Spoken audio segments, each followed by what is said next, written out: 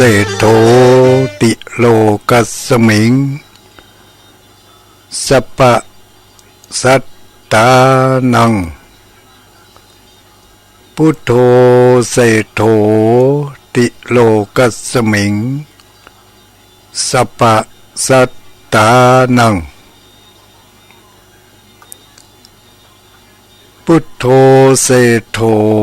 ติโลกัสมิงสัปปะสัตตานัง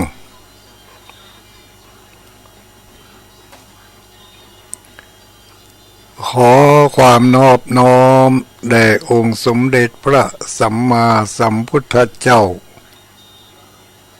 ขอน้อมอภิวาทแด่พระสัทธรรมเจ้าขอน้อมนมัสการพระอริยสงฆ์เจ้าขอถวายความเคารพมายังท่านพระคุณเจ้าท่านเจ้าคณะพระสังฆาธิการท่านครูบาอาจารย์พระสงฆ์องค์สังฆเจ้าทุกรูปทุกตนทุกองค์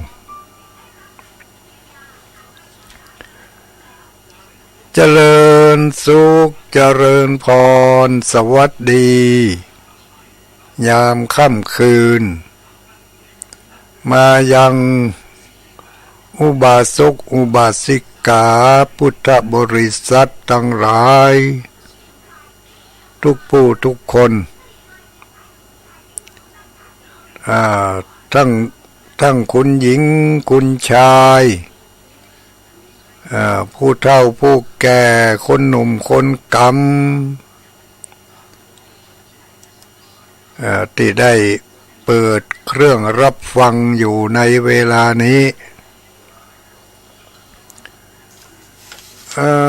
ที่ญาติโยมทั้งหลายได้ยินได้ฟังที่ทางสถานีวิทยุที่เปิดกันอยู่ในเวลานี้นั้นบัดนี้ได้เวลาที่เราจะได้มาสนทนาปราศัยปรึกษาหารือนำข้อศีลข้อธรรมข้อวัดปฏิบัติต่างๆมาเผยแผ่บอกกล่าวเล่าขานให้กันได้ฮู้เนาะได้ฮู้ได้ยินได้ฟังกันทั้งนี้และทั้งนั้นก็เพื่อจะเป็นกำไรของชีวิต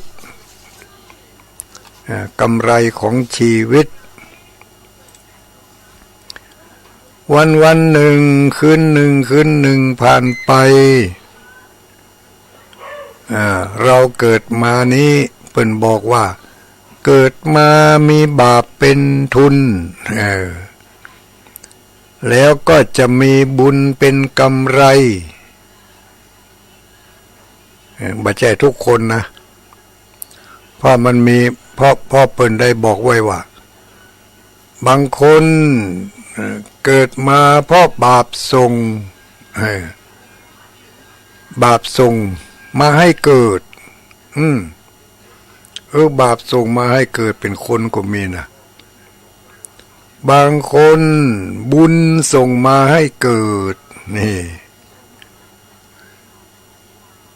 บางคนทั้งบาปทั้งบุญส่งมาให้เกิด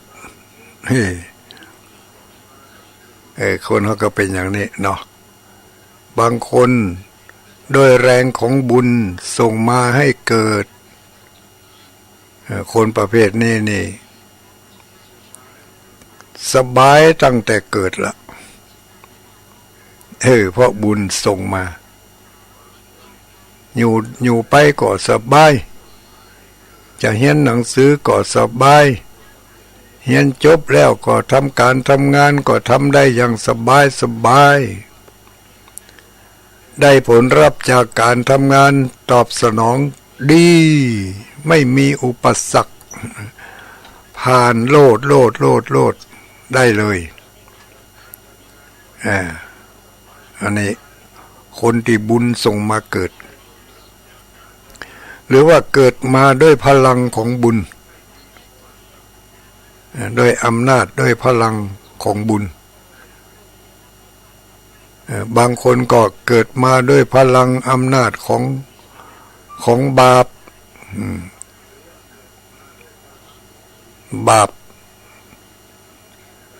เกิดออกมาจะเกิดเข้ามาอยู่ในต้องแม่ก็บาสบายละ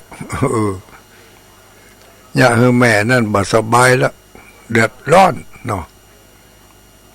อยากกินโน่นอยากกินนี่อยากกินของที่มัน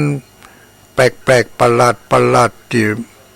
มนุษย์คนทั้งหลายบ่ใครกินกันเนี่ยประมาณนี้อยู่ในต้องแม่ก็กวนคุยเนาะอย่าให้แม่ได้รับความลำบากไม่ต้องมีไส้เจ็บปวดรวดเล่าอยากมีพยาธิอาพาธต่างๆเกิดออกมาก็อูแวพอพ้นจากต้องแม่มาแล้วก็มีแต่โรคภัยไข้เจ็บอดแอดผิวพรรณเนื้อหนังอันยังก็บ่ดูดีดูงามแต่ด้วยความเป็นแม่ลูกเกิดออกมาแล้วจะยังได้ก็คือลูกต้องฮักต้องเลี้ยงต้องดูมันเป็นวิบากของกันและกันมันเป็นผลพลอยได้ที่เขาได้ทำมาไว้อย่างใดเปิ้นก็ส่งของชนิดนั้นมาให้เขาสอบได้งานประเภทใดเนาะไปสมัครงานแล้ว2-3 งานเปิ้นมาเอาพอมีงานหนึ่งพอที่จะทำได้ก็รับทำไปก็ทำจะนั่นเนี่ยเปิ้นเสียพ่องยังพ่องนี่ทำงานบ่ได้ดีเท่าที่ควรเพราะความสามารถอันยังต่างๆบ่ค่อยมีแต่ก็ได้รับทำเช่นเดียวกันลูกหลานบางคนเกิดมาเป็นพยาธิอาพาธบ่สบายตั้งแต่เล็กแต่น้อยแต่ก็ได้เลี้ยงดูจากผู้เป็นพ่อเป็นแม่พยายามประคบประหงมให้ใหญ่ขึ้นมาโดยเข้าน้ำโภชนะอาหารก็ใหญ่กับใหญ่จะนั่นใหญ่ถึงโรคถึงภัยนั่นนะ3 วันดี4 วันโมยอันนี้จะไป ทำมาหากินอันใดก็ทุกข์ก็ยากก็ฝืดก็เครื่องเมื่อก่อนนั่นเมื่อลูกคนนี้ยังบ่เกิดแต่ก็ดูมีงานมีการทำได้อย่างคล่องแต่พอลูกคนนี้เกิดออกมาแล้วบ้าอันยังก็ดูวิทย์ดูขาดไปเหรอไปทุกข์ไปเสี่ยงนี่ไปบ่พอตัวของเขาเองผู้เป็นลูกนั่นก็มีแต่พยาธิอาพาธเต็มเนื้อเต็มตัวนี่อันนี้ลักษณะที่ว่าบาปหรือว่าพลังแห่งความบดีที่เขาได้ทำเอาไว้มันก็ตีตามลามตัวเขามาใหญ่หน้ากล้าบานมาแทนที่จะไปห้ามไปเฮียนส่งไปโรงเรียนแต่ไปบ่ถูกโรงเรียนสักคำบางทีก็เกเรไปเหี้ยเข้าไปในชุมชนใดก็ไปสร้างความเดือดร้อนวุ่นวายให้กับชุมชนนั่นตั้งแต่เล็กแต่เด็กขึ้นมาเป็นละอ่อนที่ลึกลึงด้านเหลือขอเหลือแรงเรียนหนังสือก็บ่ดีใหญ่มาไปคบเปื่อนคบฟุ้งก็เป็นบ่ฮู้ขี้ตังไปแฮะเพื่อนดีๆก็ถึงบ่คบมันบ่ชอบไปชอบเพื่อนที่มันบ่ดีพุ่นก็ปากันเข้าป่าเข้าคุ้มไปทิกๆนี่อันนี้บาปส่งมาเกิดแล้วบางคนมีทั้งบุญทั้งบาปส่งมาเกิดในพร้อมเดียวกันเวลาใด พลังของบุญนักเวลานั่งก็แสดงพลังของคุณงามความดีออกมานักเวลาใดโอกาสใดพลังของบาปมันนักก็แสดง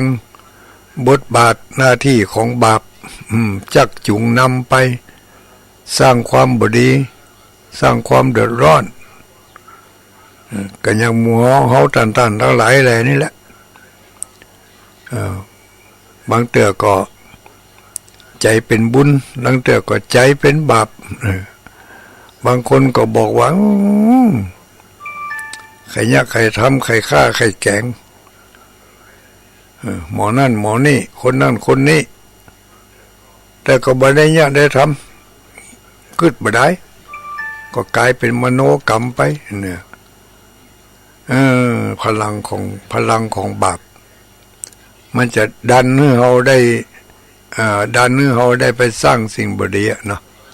แต่พลังของบุญจะดันให้เราไปได้ไปสร้างในสิ่งที่ดีไปต่อยอดเพิ่นก็ว่าบุญต่อบุญนะบุญมันก็ต่อบุญแม่เล็กมันก็ดูดเล็กอย่างที่เคยว่าเนาะแม่เล็กนี่มันบดูดไม้บดูดตะกัวมันบดูดหินดูดทรายมันดูดเล็กความชั่วในใจของเขาก็เหมือนกันมันจะดูดเอาสิ่งที่บดีนะเข้ามามันจะไปก็ไปในไปหาในสิ่งที่บดีนะเพราะมันมีเจืออยู่ในให้มันดูดไปมันผลักมันดันให้ไปเขาก็มีตึงดีตึงชั่วบางครั้งก็ดีใจเป็นบุญใจเป็นพระคิดที่จะเอาชนะมารที่มันมาคอยรังควานรบกวนจิตใจอยู่ตลอดถ้าชนะมันบ่ได้ก็ตัวตามมันไปบางแต่จะเนี่ยอันอย่างในทางที่ดีก็กึดแล้วกึดแถมเนี่ยดีจ้าบ่เนี่ยดีจ้าไปดีกาบ่ไปดีกาแน่มันเถียงกันอยู่ลูกเถียงกันในใจของเขานี่ส่วนที่จะเนี่ยจะทำในทางที่บ่ดีก็เช่นเดียวกันก็เถียงกันจะเนี่ยดีกาบ่เนี่ยดีกาถ้าเนี่ยไปแล้วในสิ่งที่บ่ดีถ้าเขาเนี่ยไปทำไปถ้าคนอื่นเปิ่นหู้เปิ่นหันก็จะตำหนิติเตียนเผลออาจจะโดนเข้าคุกเข้าตารางโดนลงโทษลงทันกลัวต่อผลที่จะพึงได้รับก็เรียกว่ามีโอตปะความเก่งกลัวต่อผลของบาปจะเนี่ยจะทำเนื้อก็ละอายแก่ใจเขาก็เป็นคนใหญ่คนโตเขาเป็นคนผู้เฒ่าผู้แก่เป็นคนมีอันจะกินเป็นคนมีฐานะเป็นตุเป็นพระอยู่จะไปทำในสิ่งที่มันเปิ่นบ่นิยมเปิ่นบ่อยากจะให้ทำเปิ่นยกย่องเชิดชูบูชาคือใจได้อย่างก็บ่ยะสกรรมละเหวเว้นเฮะก็เรียกว่ามีหิริความละอายแก่ใจนะกึดถอนลูกบางทีนะยะดีกาบ่ยะดีกาทำดีกาบ่ทำดีกาเนี่ยอันนี้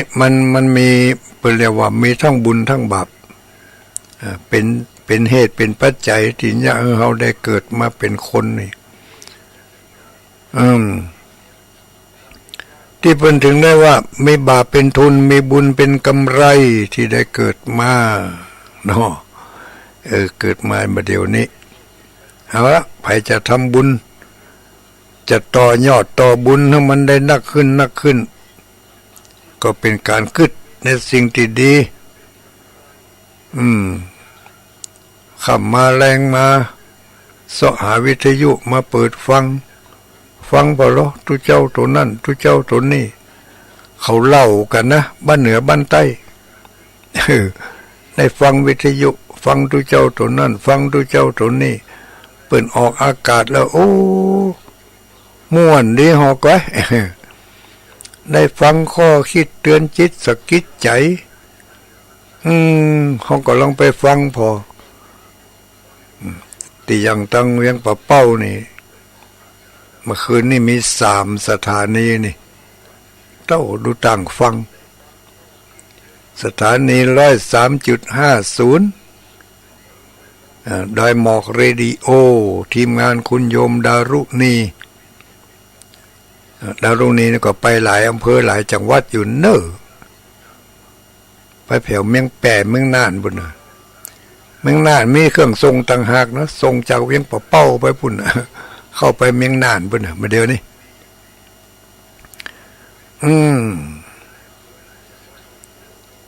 อีกสถานีหนึ่งก็สถานีคนฟ้าเดียวกันเมื่อคืนวันจันทร์นี่รับเมื่อคืนวันจันทร์และวันเสาร์รับจากคลื่นสีขาวเพื่อชาวประชารับสัญญาณพอดจากวัดพระธาตุม่อนจอมพอไปออกอากาศที่สถานีวิทยุ 99.75 เมกะเฮิรตซ์อันนี้ทีมงานของคุณธนวรัญชัดธนพรังกรอำนวยความสะดวกทางด้านคลื่นความถี่ 99.75 เป็นเวลา2 ชั่วโมงเต็ม2 ทุ่มถึง4 ทุ่มทุกสถานีอีกสถานีหนึ่งนี่เวียงปะเป้านี่ถ้าเกิดว่าสถานีใดสถานีหนึ่งดับไปจะโดยเหตุการณ์อันใดก็แล้วแต่สมมติว่า99มันดับไปก็หมุนไป103ก็ได้หมุนไป94ก็ได้เกิดว่าสถานีวิทยุฟังอยู่94เมกะจานโมเดิร์นเรดิโอเกิดไฟฟ้าสถานีเปิ่นดับก็ดีอินเทอร์เน็ตเปิ่นหยุดก็ดีดังปิ้งโซบ่ได้หมุนไปที่ 99.75 หรือ 103.50 เนี่ยหมุนไปหมุนมาซ้อหามันถึงปะ3 สถานีนี่วันเสาร์วันจันทร์เนาะวันเสาร์วันจันทร์ส่วนวันปกตินั่นก็มีตั้งเหนือตั้งใต้เนอะมีถ้าเกิดว่าสถานีใดสถานีหนึ่งมันดับไปเขาก็หมุนซ้อหาเวียงปะเป้านี่ได้เปรียบมีหลายสถานีรองรับคลื่นสีขาวเพื่อชาวประชาญาติโยมทั้งหลายได้ยินได้ฟังแม่ขจารย์โมเดิร์นเลยด้วยความเมตตาความเอื้อเฟื้อเผื่อแผ่โดยคุณทิติรัตน์พรหมมินทร์หรือพี่น้องชาวบ้านห้องกันว่าแม่น้องไม่เลี้ยงน้องอีกอะเนาะไม่เลี้ยงน้องปอเลี้ยงสุวรรณพรหมมินทร์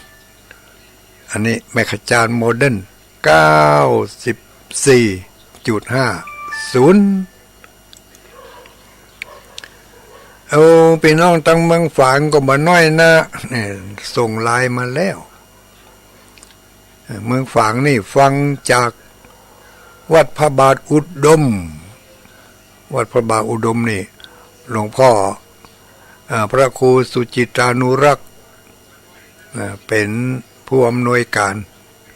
ตั้งเจ้าของสถานีเนาะเพราะเป็นสถานีเพื่อการศึกษาของพระภิกษุสงฆ์เปิดก็จัดรายการอยู่ทุกๆคืนวันศุกร์เมืองฝางหนาวหรือยังนี่ผู้บังเฮยอย่าไปซ้อรับจ้างก่อน แต่ก่อนไปถึงเล่ากันลูกถ้าหน้านี่ถ้าไปมีงานทำไปเมืองฝางเถอะว่าฉะนั้นเดี๋ยวนี้มันทั่วถึงกันหมดก้าเนาะคืนวันจันทร์เนอะญาติโยมทั้งหลายเฮามาปะกันที่นี่น้ำเรียงเสียงปากที่ฟังอยู่ในเวลานี้คือตู้ลุงดอย ตุลุงดอยชื่อในนามเจ้าอาวาสพระธาตุม่อนจอมพออำเภอเวียงป่าเป้าจังหวัดเชียงรายอำเภอเวียงป่าเป้าจังหวัดเชียงรายตุลุงดอยถ้าชื่อเป็นทางการน้อยก็ว่าพระครูปฏิภาณธรรมทินนี่เราพระครูปฏิภาณธรรมทินโอ้เป็นพระครูมาจัดเมืองนะนี่ตั้งมา2539บุละเป็นพระครูมาจัดเมืองเหมือนกันนะแต่ก่อนนั่นก็เป็นพระอธิการนี่เหรอพระอธิการเมื่อก่อนที่จะเป็นพระอธิการเนี่ยก็พระบดายเนี่ยตุเจ้าพอรับภาระหน้าที่การงานอย่างต่างๆขึ้นมาช่วยเผยแผ่ทางด้านพระพุทธศาสนาเป็นพระธรรมทูตพื้นที่สูงเป็นพระธรรมทูตเฉพาะกิจเป็นพระธรรมทูตประจำอำเภอไปอบรมหลายอย่างจำพ่อมได้อบรมอย่างพระล่ำพระเหลือบ่ฮู้แต่ขั้นสุดท้ายนี่เขาเพิ่งไปอบรมเกี่ยวกับยาเสพติดอย่างเนี้ยที่วัดอย่างวัดเจดีย์หลวงก็เนาะเชียงใหม่เขาบอกว่าหมู่เดียวกันบอกว่าหมู่ที่ไปอบรมด้วยกันนะตุลุงเท่าชะแลแก่ชะลาอีลำเลยย่างเห็ดมันได้ไปอบรมด้วยเปิ่นกำเนิดก็ละอ่อนเข้าไปคือไปก็มาก็ถ้าจะยังเขาว่าแต่พอจะได้เพราะหัวมันบัดตันกันนะแล้วเวลาไปฟังเปิ่นอธิบายเปิ่นอบรมเปิ่นอย่างนี้เปิ่นแก้ภาษาสมัยใหม่เฮามันคนมาเก่าเนาะฟังบ่ค่อยตันกันก็เลยปล่อยวางไปให้พ่องมาถึงมาเดี๋ยวนี้ก็เรื่องอบรมอย่างนี้ก็บ่ค่อยล่ำได้ไปละนอกจากว่าจะไปเยี่ยมไปใจไปให้กำลังใจศรัทธาญาติโยมเจ้าหมู่เจ้าจุ่มที่เพิ่นปฏิบัติดีปฏิบัติชอบก็ไปให้กำลังใจกัน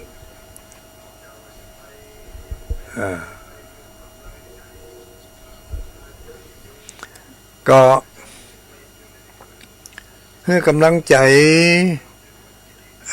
อย่างประเดี๋ยวนี้ณเวลานี้ค่ำนี้คืนนี้เนาะเต่าที่ตุลุงได้รับทราบมานี่มีการเข้ากรรมปฏิบัติธรรมของพระภิกษุสงฆ์ในเครือข่ายเดียวกันนี่นะเครือข่ายคลื่นสีขาวเนี่ยที่เวียงป่าเป้านี่ก็มีการเข้ากรรมปฏิบัติธรรมที่สำนักเรียนปริยัติศึกษาวัดป่างิ้วนี่วัดป่างิ้วตอนนี้ก็กำลังเอาภิกษุสงฆ์สามเณรเข้ากรรมปฏิบัติธรรมประจำปีที่วัดป่างิ้วญาติโยมเฮาไผมีโอกาสมีเวลาจะไปเลี้ยงถวายน้ำปานะถวายภัตตาหารจะบำรุงด้วยจตุปัจจัยก็ตามสะดวกตามสบายเนอะวัดป่างิ้วอันนี้เพิ่งก่อเข้ากรรมเอาพระภิกษุสามเณรที่เป็นนักเรียนนักศึกษาอยู่ในโรงเรียนของเพิ่นเข้ากรรมประจำปีก่อนที่จะได้ศึกษาภาคต่อไปก็มีการเข้ากรรมปฏิบัติธรรมมันดีนะญาติโยมทั้งหลายที่ว่าเข้ากรรมปฏิบัติธรรมเจริญศีลสมาธิปัญญาให้ก่อนที่จะไปศึกษาเราเรียนเนี่ยในโรงเรียนต่างๆนี่มีหลายโรงเรียนก่อนที่จะเอาละอ่อนเข้าเรียนนี่เพิ่นจะมีการเอาละอ่อนไปทำสมาธิให้ก่อนหน้าเสาธงกาในห้องกาหรือว่าจัดชั่วโมงพิเศษเข้าห้องทำสมาธิกาแล้วก็เอาไปเรียนหนังสือ มีการประเมินออกมาจากคุณครูบาอาจารย์ทั้งหลายว่าเราอ่อนดีขึ้นเฮียนดีขึ้นความจำดีขึ้นความเฉลียวฉลาดเพิ่มขึ้นเนี่ยมีปฏิภาณไหวพริบดีขึ้นเนี่ยอันนั้นขณะแค่ทำเบาะเฉพาะหน้าห้องนะแต่อันนี้เอาเข้ากำเลย5 วัน7 วัน10 วันหูมันนะแล้วแต่สถานที่และโอกาสของโรงเรียนนั่นที่เวียงปะเป้านี่มีโรงเรียนสายปริยัตินี่มี2 โรงเรียนคือมีโรงเรียนป่างิ้วแล้วก็มีโรงเรียนหนองบัวพิทยาเนาะที่แม่ขจานพุ่นตีหนึ่งเป็นที่เรียนของพระภิกษุสงฆ์สามเณรเช่นกันแล้วก็โรงเรียนที่วัดป่างิ้วนี่ก็มีโรงเรียนปริยัติสายสามัญก่อนที่จะเรียนภาคต่อไปก็มีการเข้ากรรมปฏิบัติธรรมตัวอย่างที่จะหันได้ง่ายๆคือญาติโยมทั้งหลายพระสงฆ์องค์เจ้าที่อยู่ในวัดเนี่ยตั้งแต่อดีตมานี่นะตั้งแต่อดีตมาเนี่ยเขาจะหันว่ามีประเพณีวัฒนธรรมอันหนึ่งที่ผู้ที่ไปอยู่ในวัดเนี่ยตั้งแต่ไปเป็นขโยมนี่เนาะไปเป็นขโยมแล้วบวชเป็นสามเณรเป๊กเป็นทุเจ้าอยู่ต่อไปก็เป็นครูบาอาจารย์เนี่ยในวงจรของชีวิตที่เพิ่นเข้าไปอยู่ในวัดนี่ตั้งแต่ไปเป็นขโยมเป็นต้นไปนี่นะในแต่ละวัดได้จะมีการไหว้พระสวดมนต์ทำวัดเจ้าทำวัดเย็นทุกวันนี่เป็นมีการทำวัดเจ้าทำวัดเย็นทุกวันก่อนที่เพิ่นจะมีการตั้งวงเรียนหนังสือนี่นะนี่อันนี้เป็นธรรมเนียมลูกค่ำมาแรงมาก็ต้องมีการไหว้พระสวดมนต์ทำวัดเจ้าทำวัดเย็นบางวัดก็เจริญพุทธมนต์ต่อยอดไปทำเป็นการทบทวนบทสิ่งที่เขาได้เรียนมาเมื่อทำวัดสวดมนต์เจ็ดเรียบร้อยแล้วทีนี้ก็เข้าไปนั่งประจำตีแล้ว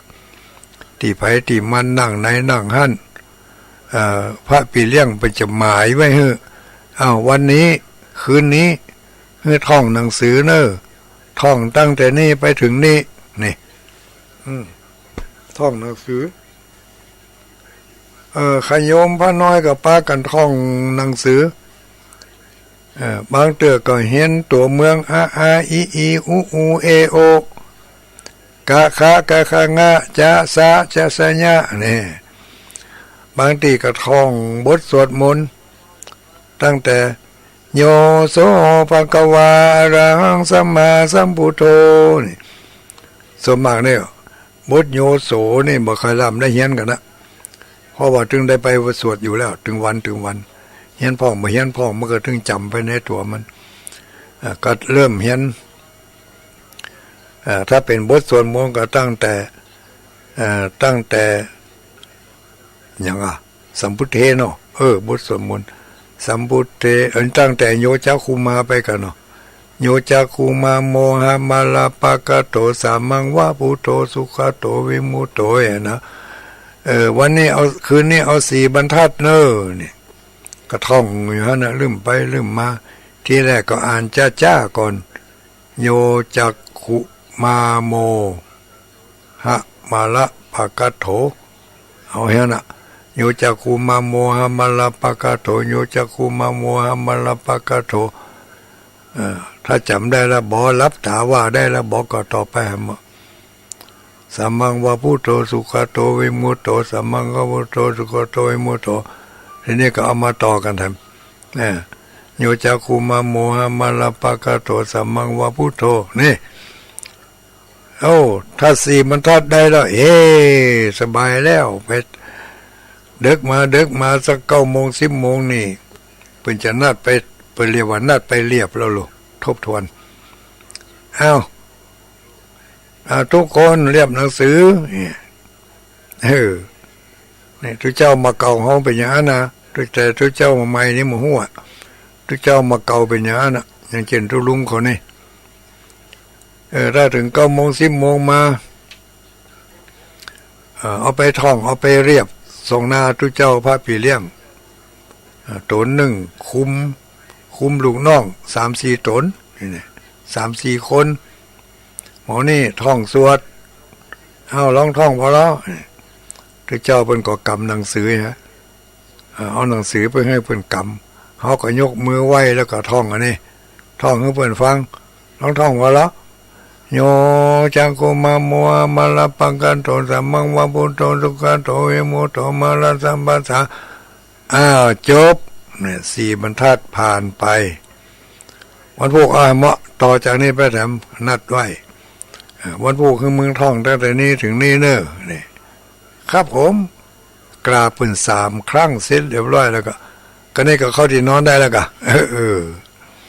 เข้าที่นอนได้ละธรรมเนียมเป็นอย่างนี้ทุกวัดทุกวาตั้งแต่เป็นขโยมมาเนอะมาถึงสมัยนี้นี่ก็บ้าปุ้ยไม่อุ้ยทั้งหลายขโยมมันบ่ใครมีขโยมบ่ใครมีตั้งแต่บัดตันได้ไปอยู่วัดอยู่ว่าเนี่ย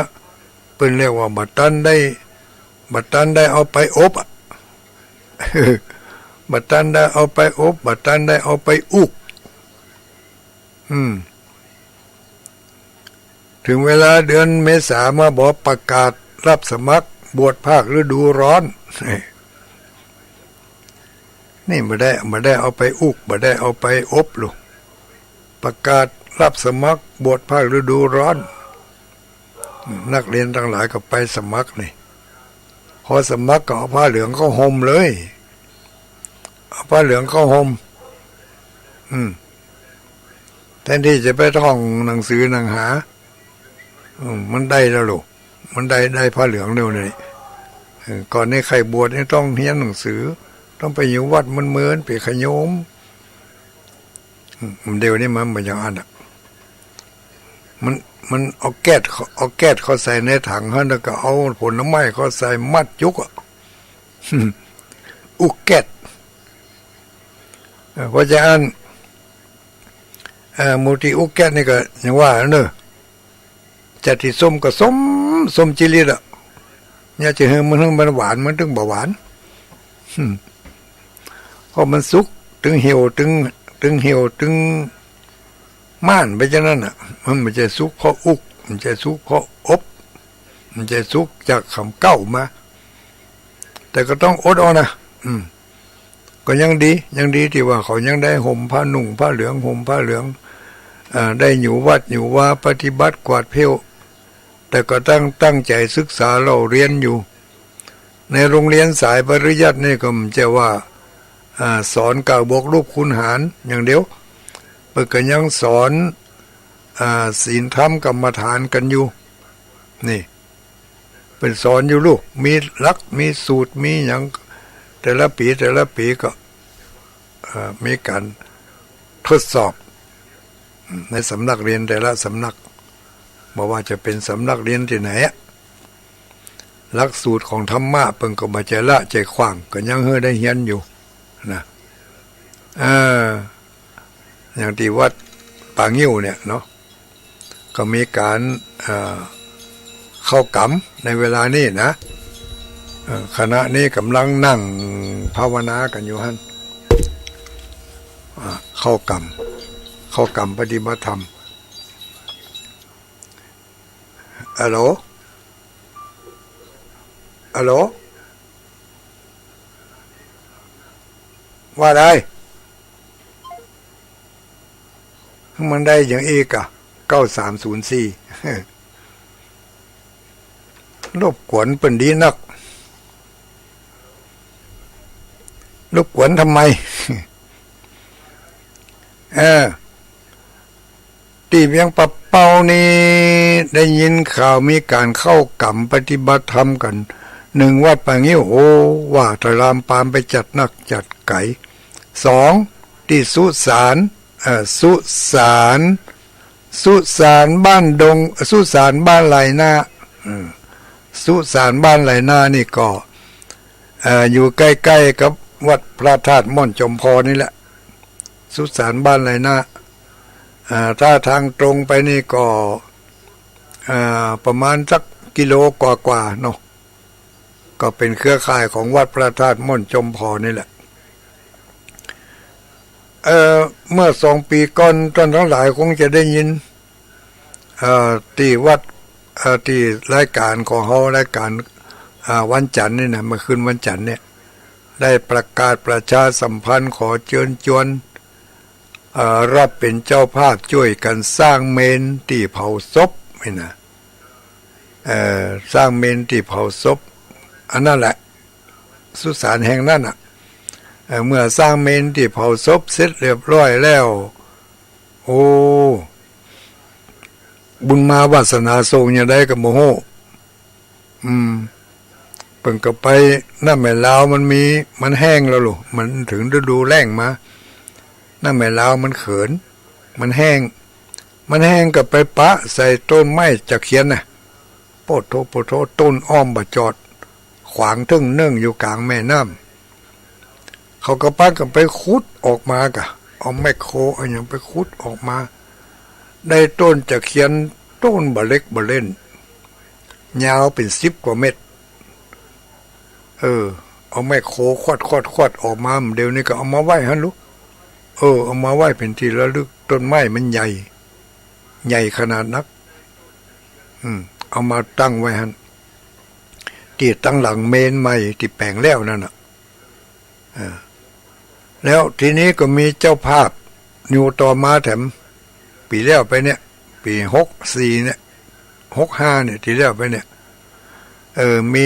มีเจ้าภาพใครสร้างพระพุทธรูปเป็นพระพุทธรูปปางประธานพรเกศบัวตุมความกว้างก็ประมาณ2 เมตรปลายเนาะก็มีการสร้างพระพุทธรูปเกศบัวตุมกัน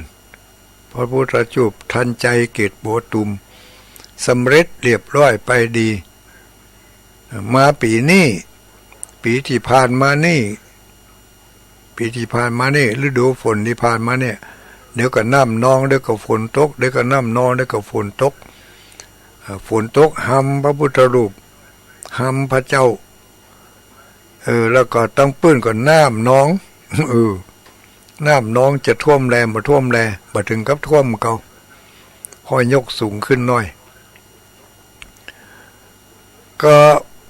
หันแล้วก็เป็นที่น่าดีอินดูสังเวชสลดใจพระพุทธรูป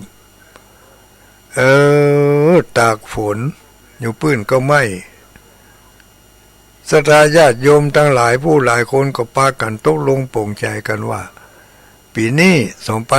2566เนี่ยเขาพากัน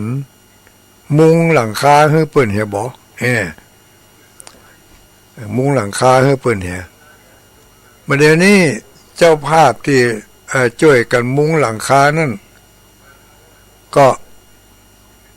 เกือบจะเสร็จยังแหมน้อยเดียวก็มีการประชาสัมพันธ์ไผจะรับเป็นเจ้าภาพเล็กเส้นเอาไปแปลงคือแปลงแปรแปลงกั้นฟ้าแปลงก่อนเนาะแล้วก็เอาแผ่นที่เอาไปมุงก็แจ้มุงด้วยสังกะสีอย่างหนาที่เพิ่นเรียกว่าแผ่นเม็ดทันมัดแทนเม็ดทันซิดนั่นน่ะก็ประกาศใครจะเป็นเจ้าภาพก็มีคนช่วยกันรับเป็นเจ้าภาพคนละแผ่น2 แผ่นคนละกึ่งแผ่นเล็กคนละเส้น2 เส้นคนละกึ่งเส้นก็มีก็เป็นตีน่าอนุโมทนาแต่ว่าสถานที่เนาะมันก็ลุ่มดอนจากที่เป็นโมงก็เป็นโมงขนาดนักเลิกเป็นอกเป็นแอวที่เป็นดอนก็ดอนสูงถึงเวลาน้ำหลากน้ำนองมาก็เข้าท่วมขังอยู่ในบริเวณนั้น2 วัน ที่ผ่านมานี้ท่านพระคุณเจ้าท่านพระครูประหลัดอนันต์พร้อมกับตุลุงดอยพร้อมกับท่านพระครูสุทธิพระพัทรกุลเจ้าอาวาสวัดสลีคำเวียงแล้วก็พระภิกษุสงฆ์เจ้าอาวาสวัดป่าแดงแถมหลายวัดหลายวากะมาปรึกษาหารือกันว่าเขานิมนต์พระสงฆ์องค์เจ้าเปิ่นมานั่งนอนเข้ากรรมปฏิบัติธรรมที่นี่บ่อีกอะก็เลยโต้ลงปลงใจกันนิมนต์พระสงฆ์องค์สังฆเจ้ามาเข้ากรรมปฏิบัติธรรมเริ่มต้นตั้งแต่วันตะวาวันที่16พระสงฆ์องค์เจ้าก็มากันเข้ากรรมปฏิบัติธรรมหลายรูปหลายตนอยู่30เนี่ยมานักระได้เก่าขณะที่ตุลุงกำลังอู้เทศอยู่ในอยู่ในเวลานี้คืนวันนี้ได้ไปกราบนิมนต์ท่านพระครูปริยัติชัยวัฒน์นะเจ้าอาวาสวัดสมณะเป็นพระนักจัดรายการภาคค่ำตั้งแต่6 โมงมาแรงถึง2 ทุ่มเนี่ยที่สถานีวิทยุ 94.5 แมกะจานโมเดิร์นทุกวันวันอย่างจำไม่ได้มาแรงภาคมาแรงเปิดจัดรายการอยู่ก็เลยนิมนต์เปิดมาเทศนาถวายความรู้โปรดเมตตาพระภิกษุสงฆ์สามเณรที่เข้ากรรมปฏิบัติธรรมอยู่ที่สุสานบ้านลายหน้า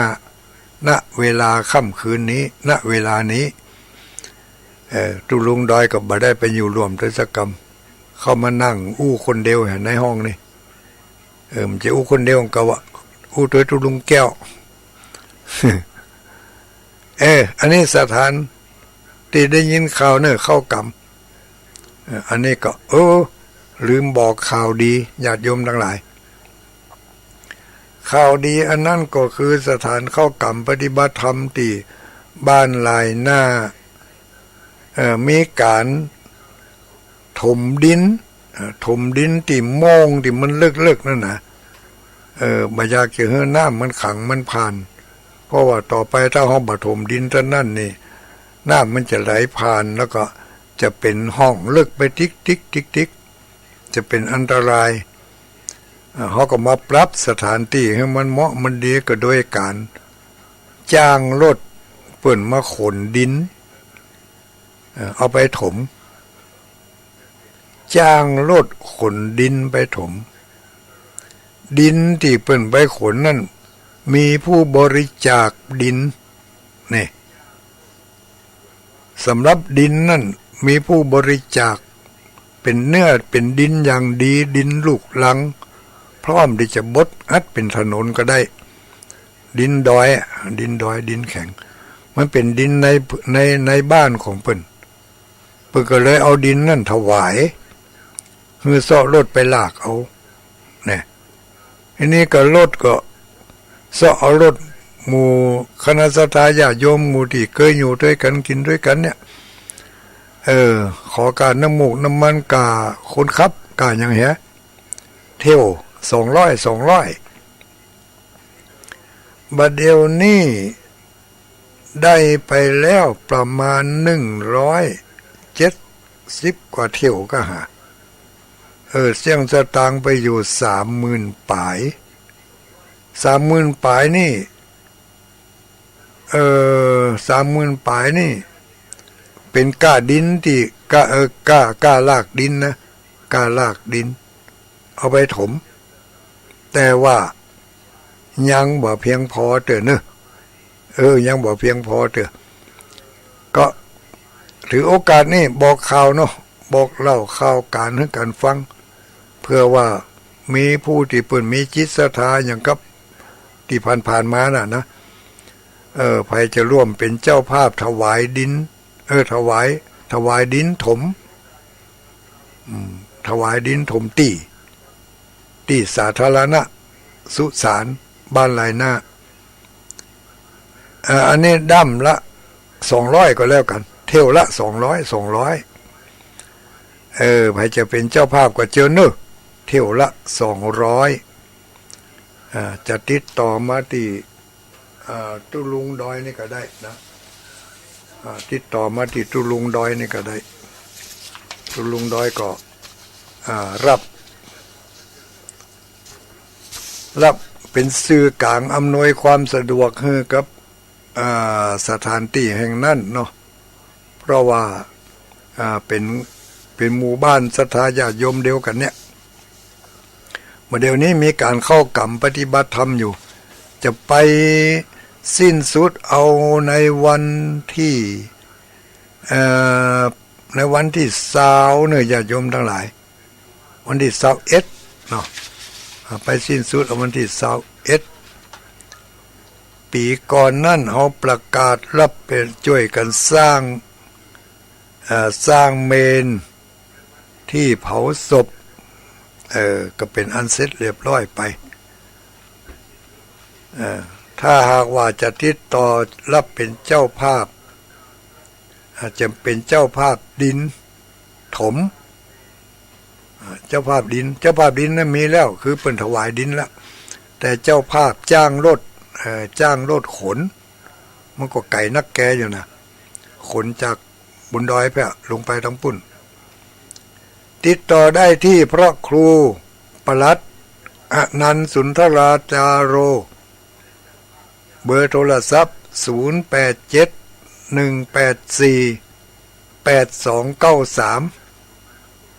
0871848293อันนี้พระครูปลัดอนันต์